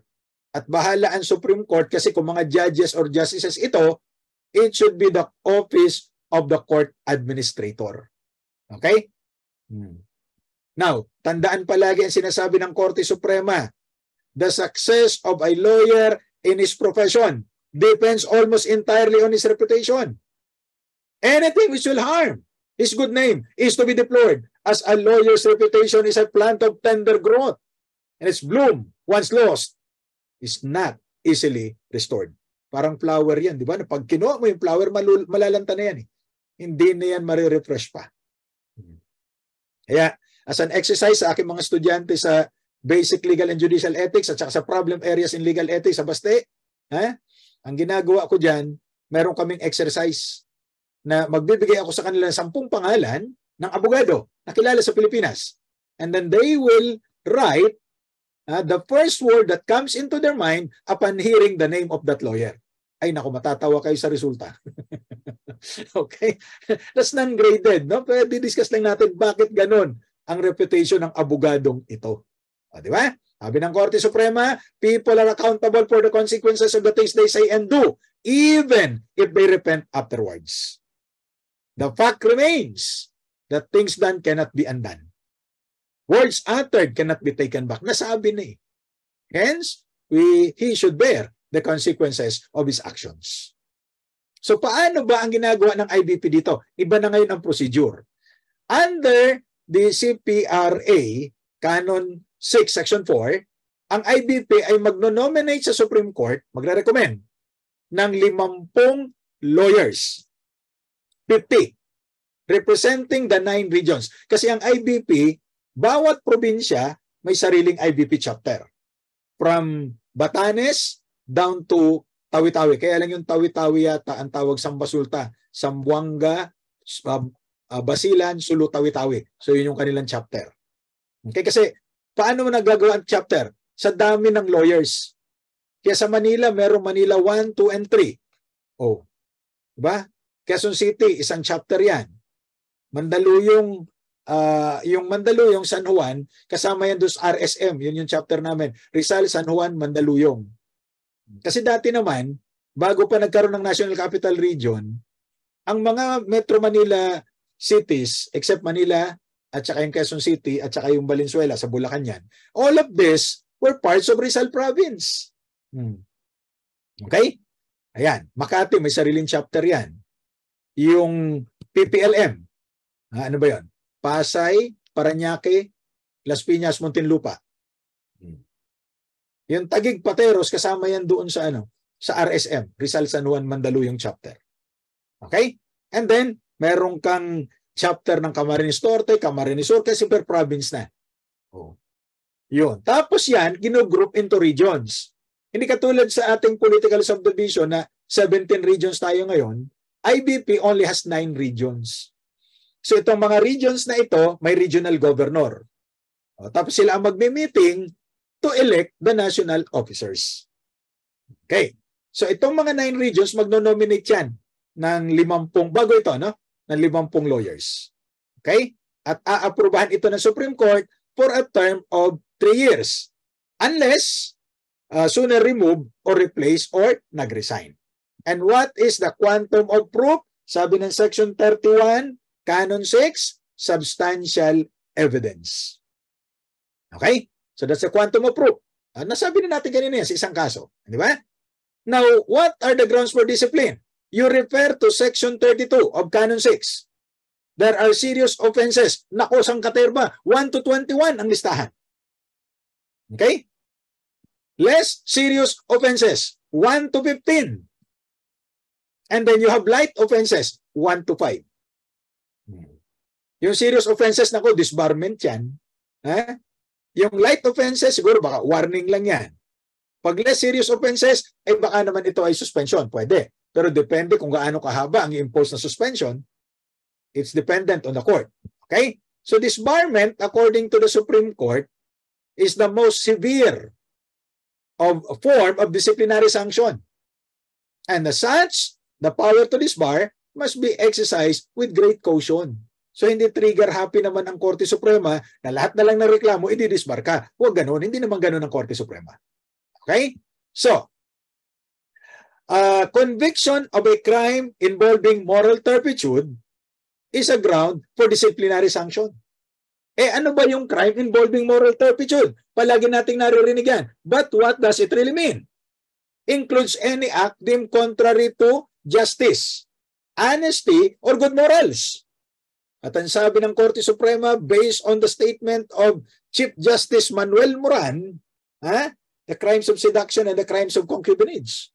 So basically, it is well settled that embezzlement, forgery, robbery, and swindling are the crimes that denote moral turpitude. Why? As a general rule, all crimes which fraud is an element is considered as a crime involving moral turpitude. Oh, di ba? Medyo malawak yan. Hanapin nyo lang palagi yung fraud at saka deceit. Now, in the newer case, 1961 pa yan So, versus Lee, naku, nag-enumerate ng 22 crimes ang Korte Suprema. These are the crimes that involve moral turpitude. Oh, hindi siya alphabetically arranged, Ang dami niyan. Kapag ito ay nagawa ng abogado, ay that constitutes a crime involving moral turpitude. Oh, pwede siyang madisiplina. Hindi lamang parusa dun sa krimen, kundi pwede pa siyang disiplinahin as a member of the bar. Okay? At ito pa, ang dami, di ba? O kasama ba dyan yung dueling? Ano ba yung dueling? May gumagawa pa ba ngayon yan? Parang wala naman na Okay. So according to the Supreme Court disciplinary proceedings against lawyers, the only issue is whether the officer of the court is still fit to be allowed to continue as a member of the bar. The only concern of the court is the determination of the respondent administrative liability. So yung findings nito, walang bearing on other judicial actions kasi baka mamaya pinerwisyo ka lang nung nag-file sa'yo, pinailan ka kasi alam niyo pagka ganyan, hindi na kontento sa'yo yung kliyente mo minsan o kaya may kapitbahay kang galit sa'yo, papailan ka sa Supreme Court or sa IBP. Napatunayan na hindi ka naman pala guilty. O pwede ka naman bumawi pero not in that same procedure, not in that same action. Pwede mo siyang kasuhan. Siguro manghingi ka ng damages. So in the case of Enri Almacen, ito yung kung babasahin nyo to, natatawa ako nung binabasa ko ito noon. Kasi itong si Atty. Almacen, gusto niyang ibalik, isurrender sa Korte Suprema yung kanyang lisensya. Because of the injustice daw committed by the Supreme Court. So siya mismo, isusurrender niya yung lisensya niya. Sabi ng Korte Suprema, accordingly, there's neither plaintiff nor a prosecutor. So ano ba talaga ang dahilan? Bakit didisiplinahin ng abogado? Public interest is the primary objective. And the real question for determination is whether or not the attorney is still a fit person to be allowed such privilege. Kasi remember, lawyering is not a right. It is a privilege. Di ba? Kung may ginawa kang violation, do you still qualify to enjoy that privilege? So, in the case of Benko versus Attorney Bernardo, alam nyo, kahit na old case at hindi pa ini-implement noon yung CPRA, pareho din naman kasi nireorganize lang ng Korte Suprema ang CPR at ginawa CPRA at may mga dinagdag. Of course, there are new provisions katulad ng mga binanggit natin kanina which were not present, which were not contained in the old CPR. But majority, if not all, the contents of the old CPR were integrated into the CPRA. So kaya wala namang problema kung old case ang pagbabatayan natin. Di ba? Remember, may prinsipyo tayo sa batas, di ba? Sa mga desisyon ng korte, yung stare decisis non quaeta et movere. Adhere to precedents and do not disturb what has been settled. Oh, ano sabi ng Korte Suprema? Pwede bang depensa ang prescription sa disbarment or suspension? Answer, it is worth mentioning that the respondent's defense of prescription is untenable. OMG! Meron palang forever! Diba? The court held that administrative cases against lawyers do not prescribe. Ito ang forever. The lapse of considerable time from the commission of the offending act to the institution of the administrative complaint will not erase the administrative culpability of the lawyer. Why? Kasi nga naman, kung pwede ang prescription as a defense, baka paglipas na 10 taon, hindi mo na makasuhan yung abogado dahil nag-prescribe na. Otherwise, members of the bar would only be emboldened to disregard the very oath they took as lawyers. Why?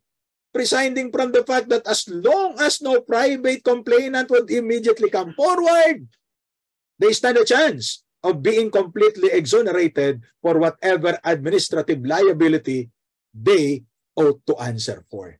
Di ba? Baka mamaya gagawa ng paraan para yung complainant hindi muna lumabas. Or ibabribe muna yung complainant para pag lumagpas yung period ay hindi ka na pwedeng kasuhan. That's the essence of prescription, right? Oh. Okay. So puntahan natin yung suspension. According to jurisprudence, the practice of law embraces any activity in or out of court. Bakit ganito ang wordings ng Korte Suprema? Kasi suspended yung lawyer pero gumagawa siya ng pleadings. Preparing pleadings is practice of law. Oh. If you are suspended, you cannot even prepare pleadings. While suspended, the lawyer must desist from practicing law. Kaya dapat, kung alam mo na medyo may problema ka, meron kang fallback position. Otherwise, mawawalan ka ng kabuhayan. Kasi mawawalan ka ng practice. Oh. A suspended lawyer who continues to practice merits disbarment. In Surigao del Sur yata ito, no? Itong abogado, si Attorney Pagat-Patan, ay nag-represent ng mga litigants. From 2005. At pinailan siya ng disbarment noong 2016. At itong si Attorney Pagat-Patan ay suspendido na pala 11 years before. Oh. Nagpa-practice siya. Ang nag-file ng kaso si Father Sapra. Bakit? Kasi may idinimanda itong si Father Sapra ng, I think, estafa. Tapos, in-engage nila itong si Attorney Pagat-Patan. Not knowing na si Attorney Pagat-Patan na nagpa-practice ay suspendido. Ang ginawa nitong abogado, sinulatan yung obispo. At siniraan itong pari. Pari pa naman daw, bakit kailangan dumaan sa ganitong demandahan, etc. etc. Okay? Papasahin niyo yung kaso. Nalaman nitong pari, nasuspendido ka pala, bakit ka nagpa-practice? So, inireklamo sa Korte Suprema. And the lawyer was disbarred. Because while suspended, the lawyer must desist from practicing law. Okay? Now, after the lapse of suspension period, the lawyer cannot immediately practice. So, tandaan ito, It's not automatically lifted. Inilagay na yan sa Section 44 ng CPRA, Canon 6. Upon the lapse of the period, but only upon the order of the Supreme Court. Okay? it is based on an old case, yun ang paras versus paras. Ano sinasabi ng Korte Suprema? It must be stressed, however, that a lawyer's suspension is not automatically lifted upon the lapse of the suspension period. So anong gagawin ng abogado? Kailangan niya mag-submit ng required documents sa korte at antayin ang desisyon ng korte lifting the order of suspension that was issued earlier before he continue practicing. So, what are the guidelines? Under Section 45, ito po ay base naman doon sa isang kaso pa, no? Yung Nunez versus Ricafort.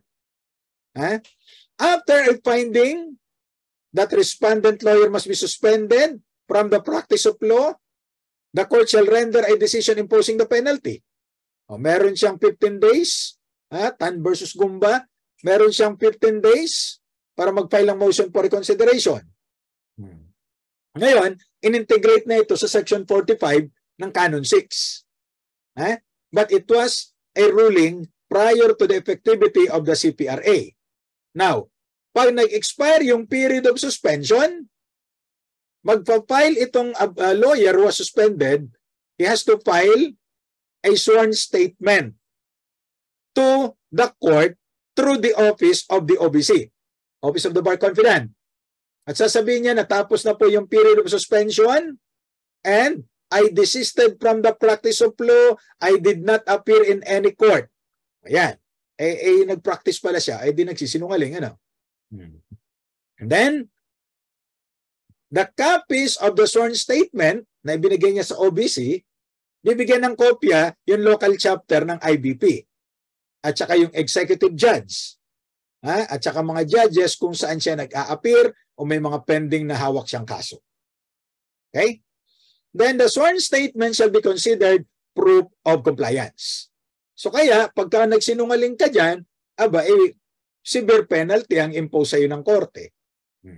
Ngayon, kung may perang involved, maglagay ng pruweba na talagang nakapagbayad na siya at nakipagkasundo na siya doon sa nag-file ng kaso laban sa kanya. Sabi ko nga sa inyo, pera o puri lang yan. So kung pera ang dahilan, you attach proof that you have already paid the monetary obligations. Ayan. Otherwise, hindi malilip yung order of suspension. Now, even if you have already filed your sworn statement, you cannot resume practicing. You wait for the court to issue an order lifting the order of suspension, and that is the only time the lawyer can start practicing again. So ano ang solusyon? Mas madali mag-ingat kaysa magsisi. Otherwise, madidisbar siya. Now, kapag minsan nag-i-impose ang Korte Suprema, pero lately parang wala na, no? But in the past, nag-i-impose ang Korte Suprema ng indefinite suspension period. So kailan ka magpa-file ng sworn statement pag indefinite ang suspension? You will file it after 3 years. Kasi indefinite Kung may period, after the lapse of the period, you can file a sworn statement. Indefinite. So you wait for 3 years. After the lapse of 3 years, that's the time you file your sworn statement. Okay? Kaya ngayon, parang wala na ako nakita ngayon na indefinite suspension. So normally, 3 years, 5 years. Yan ang mga period of suspension ngayon. Meron din naman 6 months. As what we have seen earlier, 3 months. Okay. Now, na-disbar yung abogado. Pwede pa ba siyang makapag-practice uli? Well, pwede naman kasi wala namang forever But the power belongs to the Supreme Court to reinstate the privilege to practice of law of a disbarred lawyer. Okay? So under Section 47, Canon 6 of the CPRA, a lawyer who has been disbarred may file a verified petition. Take note, verified petition for clemency after 5 years. So dati walang ganyang rule, pero nasa kaso yan. So inintegrate na ng Korte Suprema sa Section 47 of CPRA. Canon 6. Okay? So hindi lang natin sabihin Section 47 kasi may Section 47 din sa Canon 3. Okay? So 5 years. from the receipt of the order, decision, resolution of disbarment. So kaya kung may disbarment, tanggapin na kagad para tumatakbo na yung 5 years. Otherwise, hindi pa tatakbo yung 5 years kung nag-MR ka pa. Now, in an old case, Macarubo versus Attorney Macarubo, may mga guidelines na nilagay ang Korte Suprema, which are now adopted by the Supreme Court in the CPRA. So there must be proof of remorse and reformation.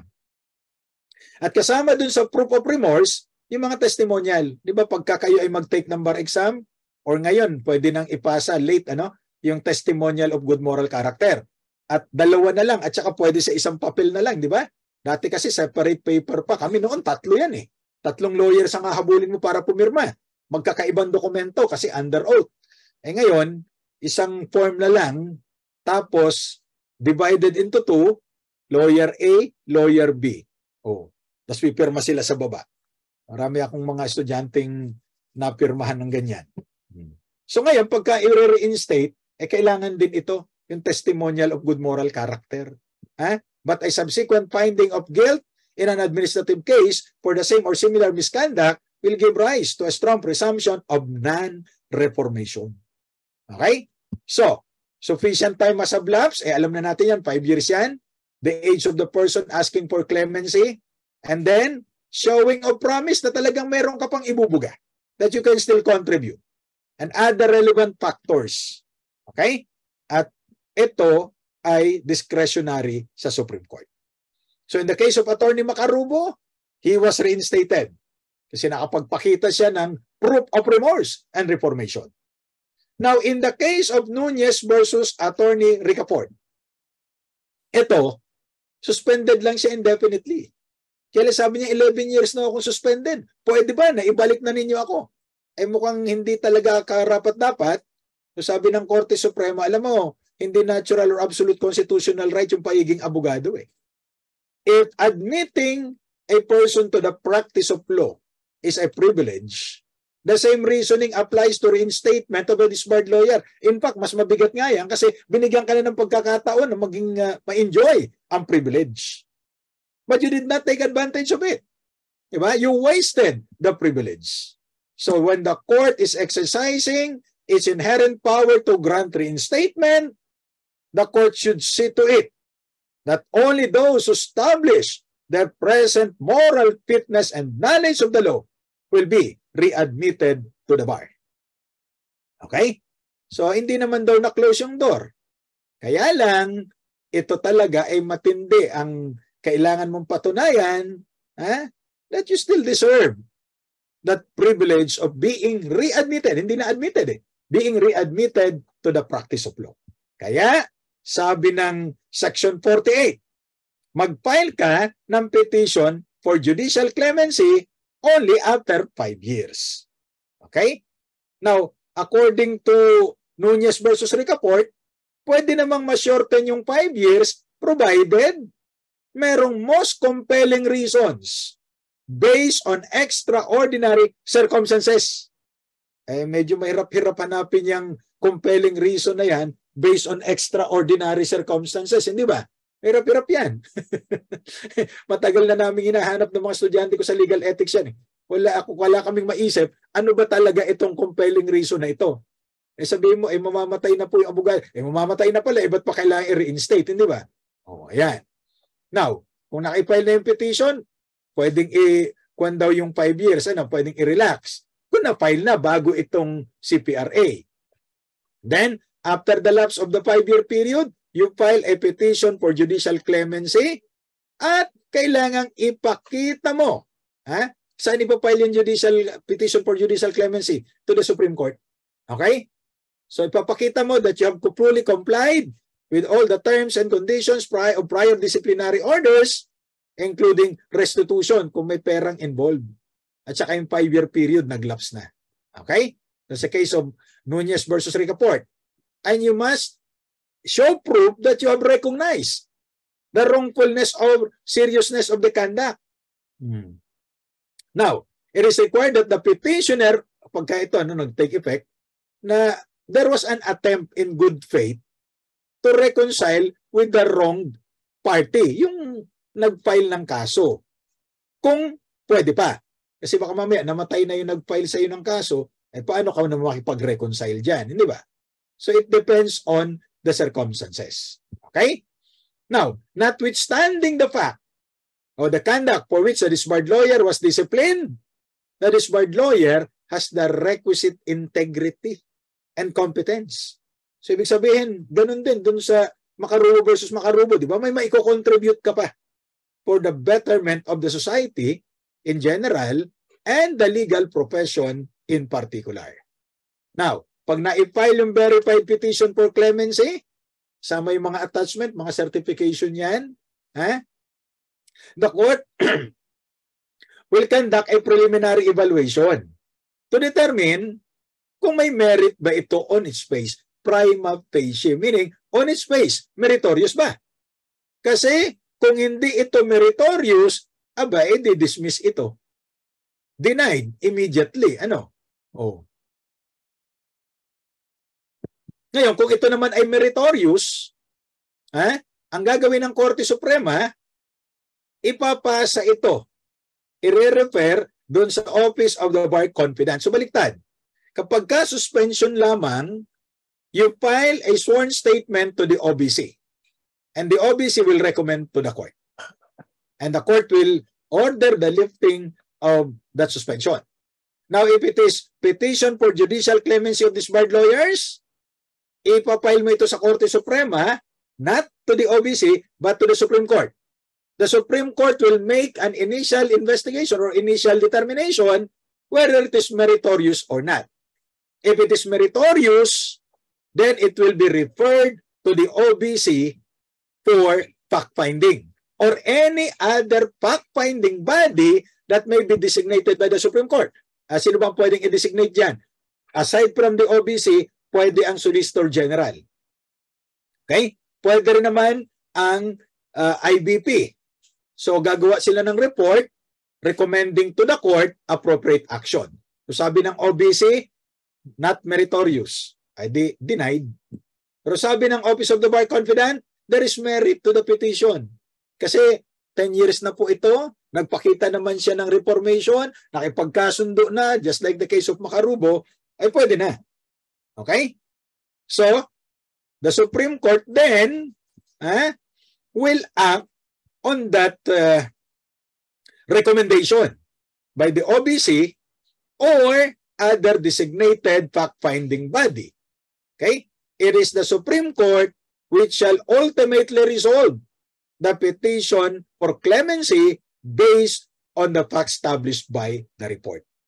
Kaya lang, alam nyo ito, nakalagay dyan, clear and convincing evidence. So, superseded na ito noong substantial evidence as provided by Section 47 of Canon 6 na substantial evidence at hindi clear and convincing. Superseded na yan. Okay?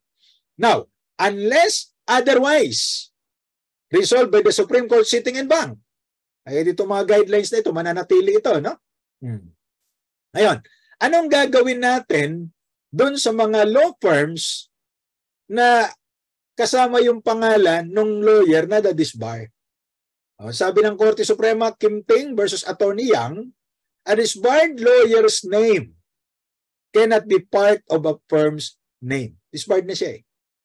A lawyer who appears under a firm name that contains a disbarred lawyer's name commits indirect contempt of court. Naku, delikado yan, ha? Kaya kung meron kayong mga kasamahan sa law firm na na-disbar, make sure na tanggalin nyo yung pangalan nila sa inyong law firm. Ibalik nyo na lang kapag nagkaroon na ng resolution, reinstating the lawyer. Otherwise, mamumroblema kayo. Okay?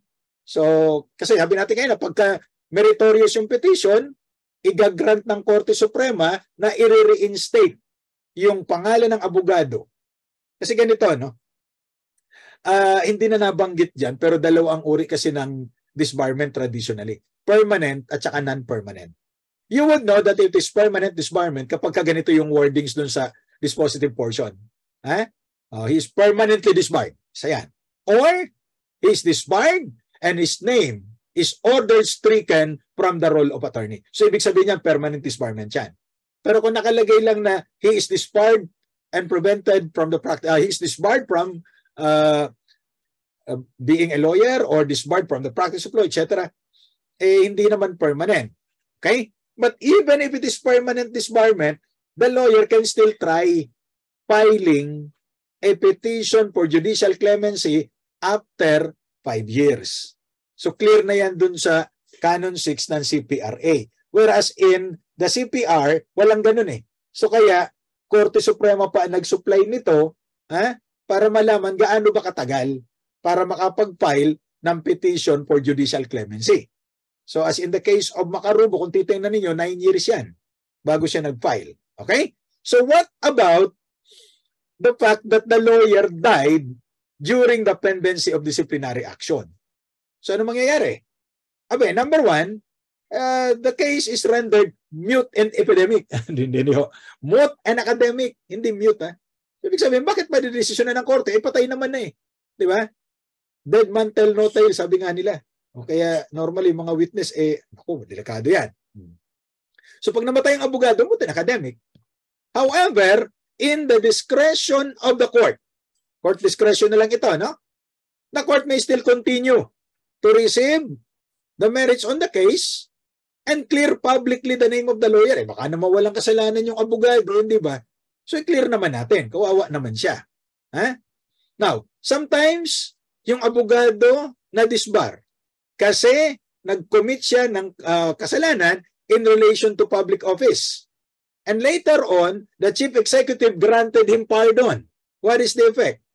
The executive pardon to a disbarred lawyer due to conviction by crime will not result in the automatic reinstatement. Why? May procedure tayong susundin sa CPRA. So yung pardon na binigay dun sa abogado na na-disbar because of that offense in relation to public office can be used as evidence para mag-file siya ng petition for judicial clemency. But remember, sabi ng Korte Suprema, Garcia versus COA, the essence of pardon is forgiveness, remission of guilt, and not forgetfulness. Pardon does not erase the fact of the commission of the crime and the conviction thereof. Diba? Kahit pinardon ni Gloria Arroyo si Erap, may crime na nakomit eh. But pardon frees the individual from all the penalties and legal disabilities and restores to him all civil rights, but not lawyering. Because lawyering is not a right. It is a privilege. Okay? So yun. So ito yung mga pwede nyong tingnan libro. Ayan. And you can go to this YouTube channel for additional info.